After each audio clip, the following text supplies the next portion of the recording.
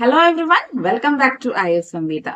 I am Doctor Kavya Vasudev and you are watching the new lecture series on Samhitaadhyayan1. In this new lecture series, we have started the topics of Introduction to Samhita, Brihatrei, Lakhutrei, Tandraguna, Tantradosha and Tantrayukti. If you have not watched those videos, please do check it out from our YouTube channel Samhita. Today, we will be moving with the topic Rachana Shaili and Bhasha Shaili. So what do you mean by Rachana Shaili? Rachana Shaili means the context.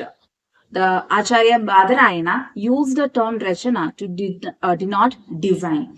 Rachana has different meanings in different contexts like arrangement or preparation, formation, creation, etc. And Shaili means the style. So Rachana Shaili is the style or the design in which a textbook has been formed. So how the Acharyas have framed the textbook or how an author is framing his textbook. So that way of designing a textbook is considered to be Rachana Shaili. And in Ayurveda Samhitas, we can see different Rachana Shailis which helps in understanding the text in a better way. For example, 15 Vyakhyas are being explained, 21 Ardhashrayas are told, 7 Kalpanas are being told and 17 Tachilyas are being explained. So these all things will be helping in understanding the Samhitas in a better manner, and also these Rachana Shailis factors or these things like Vyakya, Ardhashraya, etc. helps in beautifying the text also, because they will be arranging the terms in a different manner, or they will be arranging the shlokas in a particular manner. The words will be put together, or they will be arranging in a particular sequence. Different similes will be added, or different examples will be quoted. So these all will be helping in arranging the textbook in a particular manner which is unique to that particular author. So these all factors will be helping in making the textbook a unique one and help in arranging the matter in a proper manner and also to understand the textbook in a better way. So next is the Bhasha Shaili, which refers to the linguistic style. That is how the languages are being used or how the words are being used in the Samhitas or the textbook. That is considered to be Bhasha Shaili. So in terms of Rachana Shaili and Bhasha Shaili, we can consider that it is the method of arranging the textbook and method of arranging the words or usage of the language. But we can't differentiate that in a particular textbook, or we can't go in separate. So we will see how the Rachana Shaili and Bhasha Shaili is being incorporated in our Ayurvedic classical textbooks. So one method of presentation which we can see, which is a unique method of presentation which we see in Ayurveda Samhitas, is the Guru-Shishya interaction or Sambhasha in Charaka Samhita especially.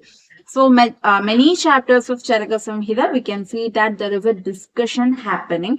The Shishyas will be asking the questions to the Guru, and Guru will be answering to the questions of the Shishyas, and such a manner that textbook has been written. The same way the other Acharyas also will be having their own discussions. So that also has been quoted in the textbook.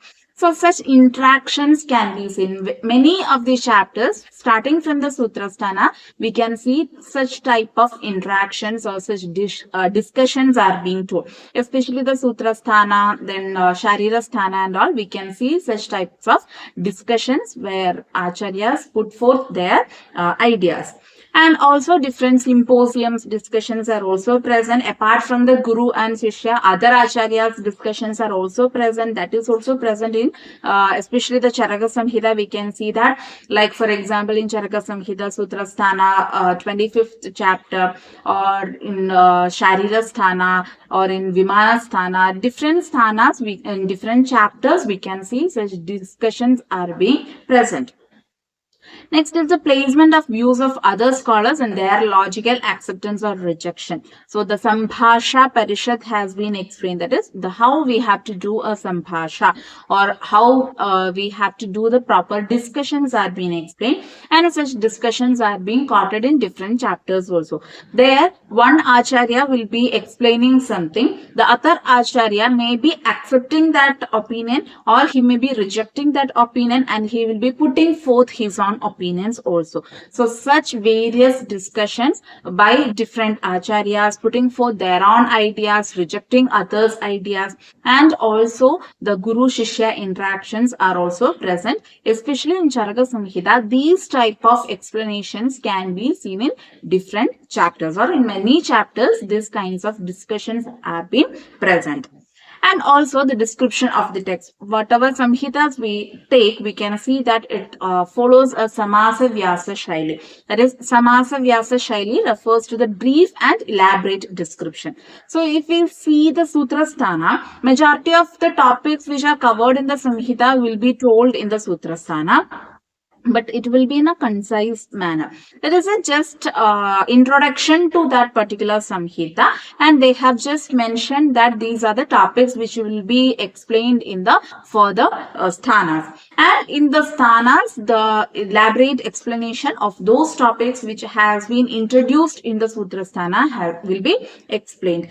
So that is Samasa Vyasa Shaili. That is, the first introduction to that particular point will be given in the Sutrasthana, and the elaborate description can be seen in the other sthanas. So such descriptions which are present in the Samhitas, that is considered to be Samasa Vyasa Shaili.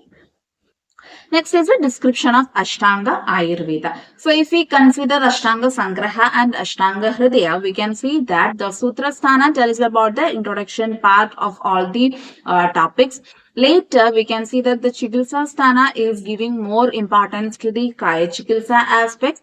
And when we come to the Uttara Tantra, we can see that the first chapter onwards, they are dealing with the Ashtanga Ayurveda. So the Kaya Chikitsa part has been dealt in the Chikitsa Sthana. So from Bala Chikitsa, it starts with the first chapter of Uttara Tantra, and till the last chapter, it tells about the rest of the 7 Angas of Ayurveda. So all those matters related to Bala Chikitsa or Shalya Chikitsa, Damshta Chikitsa, Jara, Vrasha, everything has been mentioned in Ashtanga Sangraha as well as Hridaya in the Uttara Tantra. So they have followed that pattern of Ashtanga Ayurveda. In that order, they have arranged the chapters, and then they have given the description of that. Once we come to the Charaka Samhita, Sushruta Samhita, they have told about one particular aspect of that Ashtanga Ayurveda, that is Kaya Chikitsa aspect, and Sushruta Samhita deals with the Shalya Tantra. But the other aspects also has been mentioned in the Samhitas, but not too vast as compared to Ashtanga Sangraha or Ashtanga Hridaya. So the description of Ashtanga Ayurveda can be seen throughout the textbook. Next is a unique pattern of proposition of the chapter, discussion, summary, etc. So, first of all, they will be telling why this particular chapter has been placed there. The justification of that placement of the chapter will be told. Like, for example, the first chapter is this chapter. Second chapter, they will be telling why after the first chapter, this chapter has been mentioned, or why these contents are being selected after the first chapter. So, next, third chapter. What is the connection or the link between the first and second chapter, or second and third chapter? Such way that connection or the link will be present, and also the chapter will be starting with that. They will be giving an introduction, what all things they will be telling in this chapter, and then last the discussion part will be there, and a final summary part will be there for all the chapters. Especially Charaka Samhita, we can see that a summary or a conclusion part will be there for all the chapters. So introduction part will be there, and the conclusion part will be there. In that, in between, the discussion of the whole chapter will be going on. Then close interrelationship of the subject matter of one chapter with another and one section with the another section. That is the first chapter and second chapter, how it is related, why this particular thing is being told after this. For example, if we consider the Nidana Sthana, first chapter of Nidana Sthana of Charaka Samhita is Jvara Nidana, second chapter is Raktapitta Nidana. Why Raktapitta has been told after the Jvara, or why Jvara Nidana has been mentioned as the first chapter, so or the third chapter, why this disease has been mentioned as the third after the Raktapitta, or fourth, fifth. So what is the connection between that? Or Snehadhyaya, Svedadhyaya, Upakalpaniya Adhyaya, why this particular Chatushkas are being told? Such connections between the first, second, third chapters are being mentioned. Also the same way the sthanas also. First is the Sutra Sthana, then comes the Nidana Sthana, then comes the Sharira Sthana. So why this particular connection, or why this sthanas are being arranged in a particular manner? So that all have a particular idea behind that. So such ideas or such connection between this linkage or between the arrangement of this also can be understood as the Rachana Shaili and Bhasha Shaili. Next is the absence of doubts and ambiguity. So in the Tantra Gunas and Tantra Doshas, we have seen that the Shastra or the Tantra should be free of the doubts and ambiguity. So whatever topics, discussions are being told in the Samhitas, there will be a conclusion for that, and Acharyas have concluded that this is the final word. So such conclusions can be drawn from the topics which are being discussed in the Samhitas. This Rachana Shaili and Bhasha Shaili depends on certain factors like Itihasa, the history part. If a person is writing something related to the history, he will be having the influence of that particular time period when he was writing that, and accordingly he will be mentioning the various things, or the pattern of writing, the usage of the words, everything will be depending on the time factor. Similarly, Bhugola, the geographical influence, from which part the author is coming, or in which from which part he is writing that, or what he is writing about. So these all relate to that particular geographical part as well as the time period. Then Samaja, the community from which the author is coming. That is, it will also have the influence on his writings. So whatever he knows better, whatever he has experienced better, he will be putting forth through his words in the textbook or in the science or the Shastras or the Tantras. So all these things will be influencing him, and also the Vyakti, the personal choice or the personal likings will also matter in arranging the textbook. So there are different factors which influence the Rachana Shaili as well as the Bhasha Shaili. And also for like if we are preparing a textbook in the current era, if we have to publish a paper, we have to concentrate on the rules and regulations which are being given by that particular journal.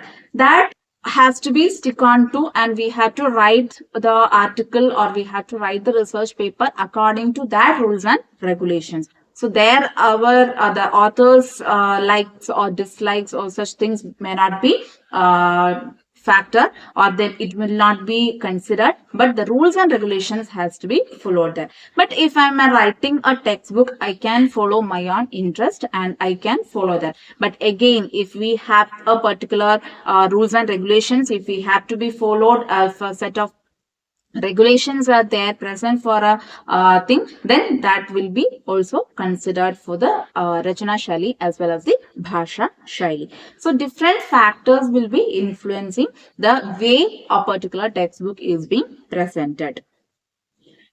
Another one presentation of the textbook, or especially the Ayurveda Samhitas, is the Gadya and Padya format. So if we see the Charaka Samhita, more of Gadyas are being formed, that is more of prose or the statements are being seen, or the sentences, paragraphs are seen in Charaka Samhita, whereas the Padyas will be very less, or the Shlokas will be very less. If we come to the Sushruta Samhita, it is almost equal. Padyas and Gadyas are present. And Ashtanga Sangraha and Ashtanga Hridaya, it is full of Padya form. And in Ashtanga Sangraha, few Gadyas also can be seen. So while coming to these gadyas and padyas, a padya has to be formed in a particular format, or a shloka has to follow certain rules and regulations. So that is, a shloka is being defined as having or consisting of four padas. So four padas will be present in a shloka, and two types of shlokas are present. That is, one is vritta and jati. So vritta and jati. So vritta is those having a precise number of aksharas. That is, the shlokas will be based on the aksharas what it is presenting. So that way the shloka will be formed. And jati is based on the matra. That is, how we are pronouncing, how much gap is present between the two letters or two aksharas. Based on that, we have to prepare the shlokas. So these are the two methods by which the shlokas are being formed. And there will be pada. Four padas will be there for a formation of a shloka. Pada means the 1/4 of a section, or a 1/4 of a shloka, or 1/4 of anything is considered to be a pada. And each pada will be consisting of a definite number of aksharas. And akshara means the vowel, or which is having anuswara. So each letter we can consider as the akshara. So each pada will be having different number of aksharas, like 5, 6, 7, 8. Different number of aksharas can be present in a pada. So the akshara means the letters which are present. Each akshara will be combined together, and definite number of aksharas will be present in a pada, and such four padas will be making a particular shloka. So this is the shlokas which are being found in Ayurveda Samhitas. And pada is a word, that is akshara samudaya pada. If we combine the aksharas, then we get the padas. So that padas will be again joined, and we will be getting the pada. And pada, in the padartha also we have studied, that is, it will be having a particular meaning. Padasya padayoho padanam va artha padartha has been told. So pada should have a particular meaning. One word or two word or three words, it should convey a particular message. Once the aksharas are being formed together, it will form a pada, and that pada should convey a particular meaning. That is considered to be pada. So if we consider a shloka which is having the four pada, these four padas are having different number of aksharas and different padas, and these padas are composed of aksharas, and each pada will be having different number of aksharas. And how to pronounce this shloka? For that purpose, we have a particular concept called as chandas. This helps in pronouncing the shlokas. So pada, pada, etc. helps in framing the shloka, whereas chandas helps in pronouncing the shloka or reciting the shloka. So chandas is especially designed to ensure the proper reading and reciting of the Vedic textbook. And different chandas are present, like for example Gayatri chandas, Anushtup chandas, Jakadi chandas, etc. So each chandas will be having difference of pronunciation style. One such chandas is considered to be Anushtup chandas, which is commonly present in the Ayurveda Samhita textbook. We are pronouncing the shlokas in the Anushtup chandas. So Anushtup chandas, it will consist of 32 aksharas in the shloka. That is, 4 padas will be there. Each pada will be having 8 aksharas.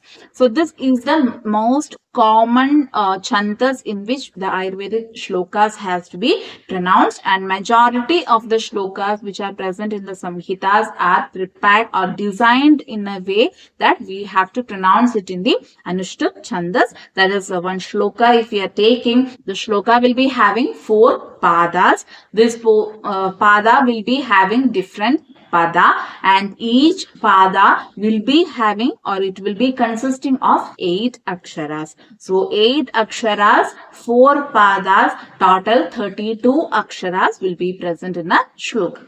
Let's see few of the shlokas with the pada pada vibhaga or cheta. So if we take the shloka, Hitahitam sukham dukkham ayustasya hitahitam manam cha tacha yatroktam ayurveda sa uchyate. So this is the complete shloka. We have 4 padas or 2 lines. It makes a shloka. So we will see how we can do the pada vibhaga, padacheta, and how we can understand the different aksharas. So if we consider this shloka, there should be 4 padas. A shloka should compose of 4 padas. The 4 padas are, first pada is hitahidam sukham dukkham. Second pada is ayustasya hitahidam.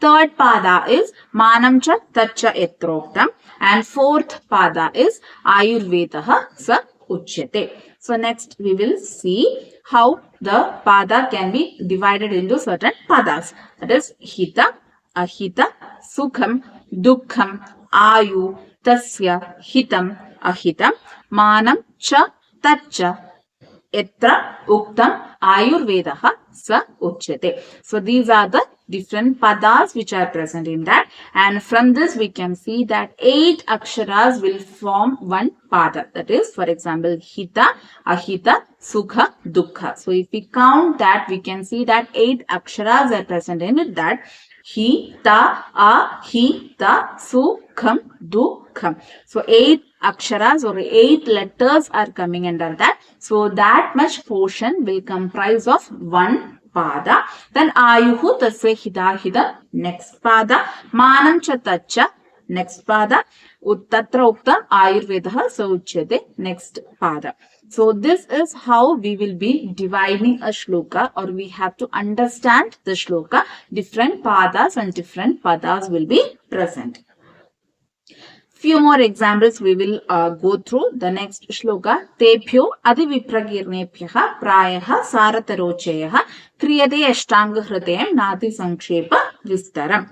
So tebhyo adhivipragirnebhyaha is the first pada. Prayaha saratarochaya will be the second pada. Kriyate ashtangahridayam is the third pada, and nadi sankshepa vistaram is the fourth pada. And the padas which are coming are tebhyo adi vipragirnebhyaha प्रायः सारतरोचयः क्रियते अष्टांगहृदयं न अति संक्षेप विस्तरम. So again, if we consider tebhyo adhivipragirnebhyaha, 8 letters are there. Prayaha saratarochayah, again 8 aksharas are there. Kriyate ashtangahridayam, 8 aksharas are there. Na ati sankshepa vistaram, 8 aksharas are there. Thus, the 8 aksharas will be forming different padas, and these letters or these aksharas will be making one pada. Such 4 padas are made into one shloka, and this shloka has to be pronounced in the Anushta Chandas. Next, one more example. Vayuhu pittam kaphaschedi trayodosha samasata vikrita deham khnanti te vartayanti cha. So Vayu pittam kaphaschedi trayodosha samasada, the 2 padas, vikrita deham khnanti te vartayanti cha. So these are the 4 padas of this shloka. The padas of this shlokas are Vayuhu, pittam, kapha, cha, iti, traya, doshaha, samasataha, vikrita, avikrita, deham, khnanti, te, vartayanti cha. Next example, sharirendriya sattvatma samyogo dhari jivitam nityakashchanubandhascha paryaye rayuruchyate. Sharirendriya sattva atma is the first pada. Samyogo dhari jividam is the second pada. Nityakascha anubandhascha is the third pada. Paryaye rayuruchyate is the fourth pada. The padas are sharira, indriya, sattva, atma, samyogo, dhari, jividam, nityaga, cha, anubandhaha, cha, paryayehi, ayuhu, uchyate. Today we discussed about the topic Rachana Shaili and Bhasha Shaili. In the upcoming videos, we will be dealing with the other topics of Introduction to Samhita. If you found these videos helpful, please do subscribe our YouTube channel Ayurveda and enable the bell button for more updates.